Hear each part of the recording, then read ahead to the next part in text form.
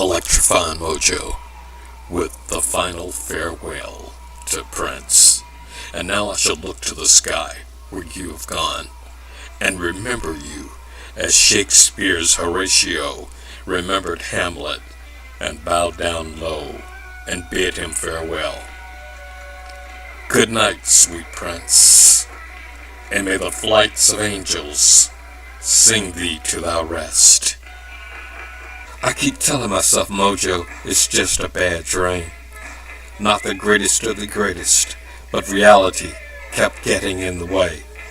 News flashes were flashing purple rain around the world in a day. Thank you for all of you gave us. How did we turn all of this colorblind pain into purple rain? 'Cause this is what it feels like when doves fly. No need to wonder where you are. I'm sure I know where you've gone. All of your kindness and generosity unannounced, your cover is blown. And to the perfect people who say, wait a minute, I say, let he or she who was without sin cast the first stone. Hello, Prince. We are computer blue. In your own words, nothing compares to you. You are one of the greatest to ever live. You played every instrument imaginable. You wrote, produced, arranged, directed, and performed. A Grammy-winning artist, an Academy Award-winning artist. Man.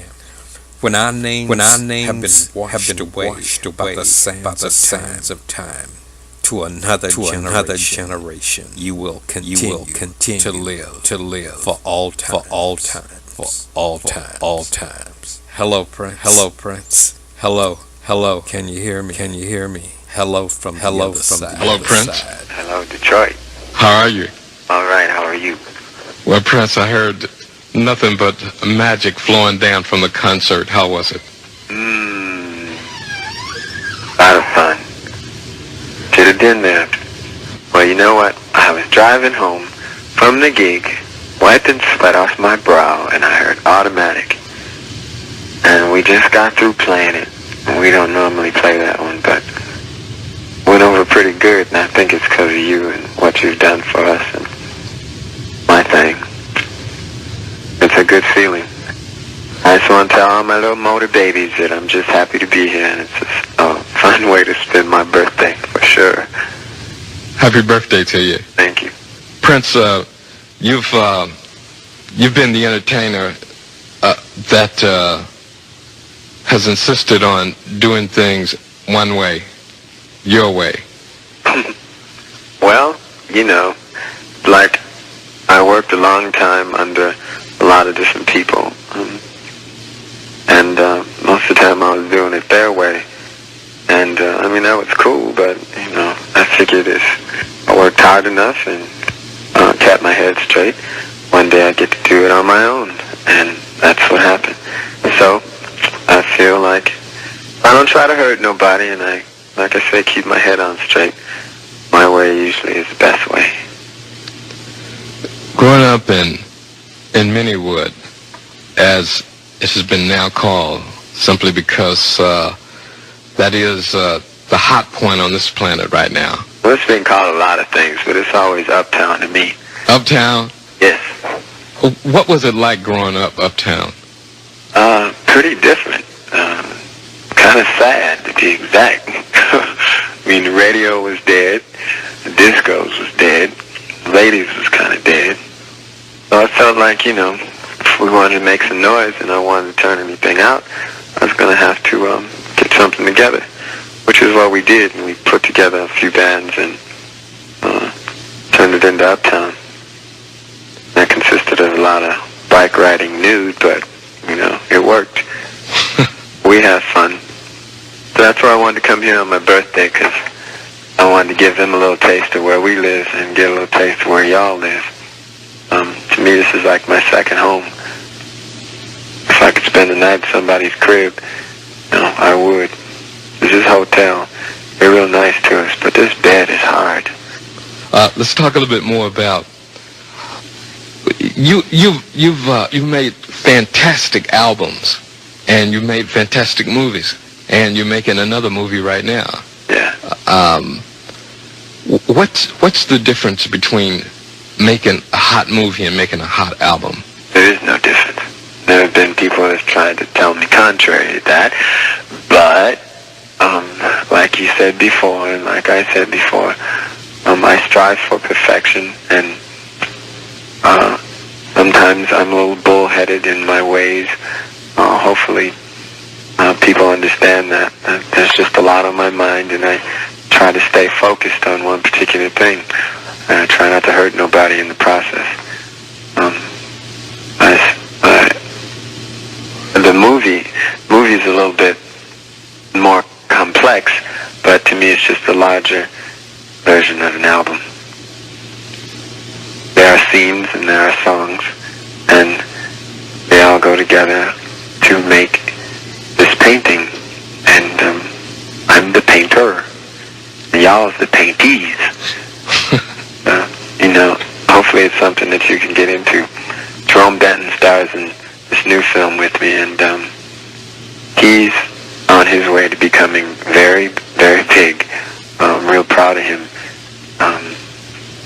He takes direction well, and he gives direction well, and I expect a lot of big things from him.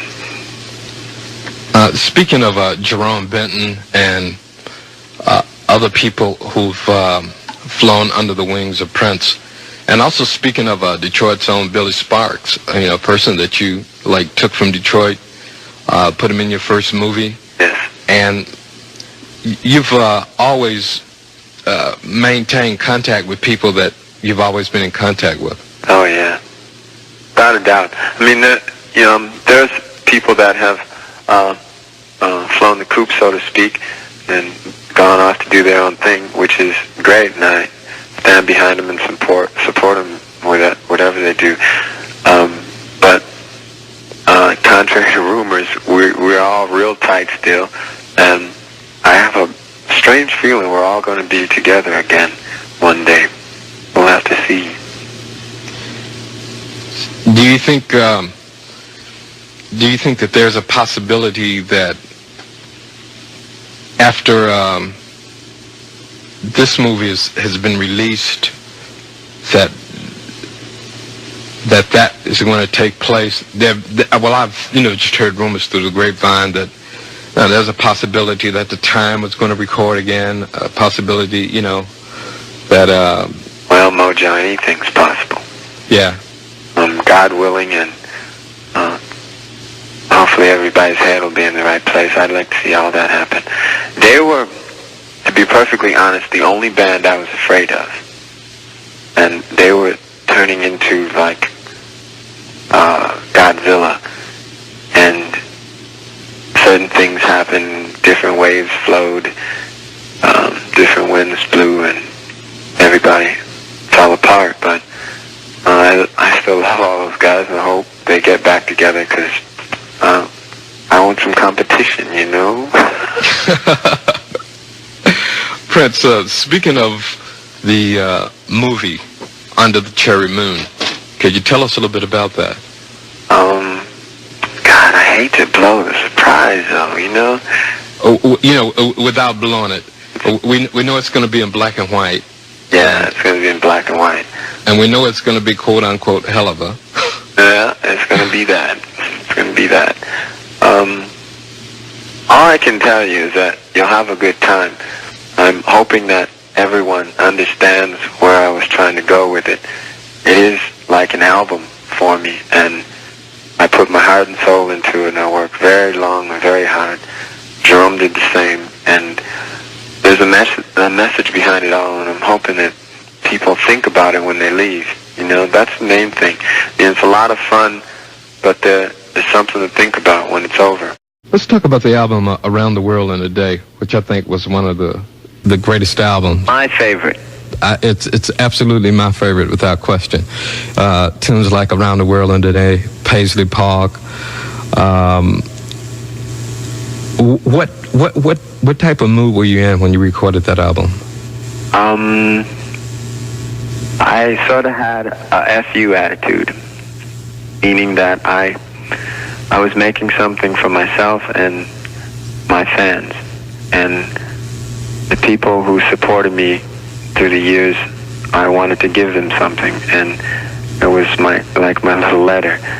And those people are the ones that wrote me back and told me that they felt what I was feeling, and record sales and things like that, it really doesn't matter, it keeps a roof over your head, and it keeps money in all these folks' pockets that I got hanging around here, but it basically stems from the music, and I'm just hoping that people understand that money's one thing, but soul is another, and that's all we're really trying to do, it's, I don't know, I wouldn't mind if I just went broke, because as long as I could play this type of thing and come here, there were a lot of people there tonight, and they turned the lights on, and I looked up, and, it brings tears to your eyes, because it's just, you can feel the love in the room, and that means more than money, I could go on for hours, because,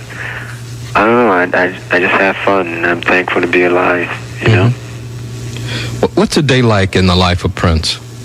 Work. I work a lot. I'm trying to get a lot of things done very quickly so that I can stop working for a while. Everyone's afraid I'm going to die. You say you are afraid? No, I'm not afraid. Oh. Everyone else is afraid. They think I work too much. I'm not afraid of anything.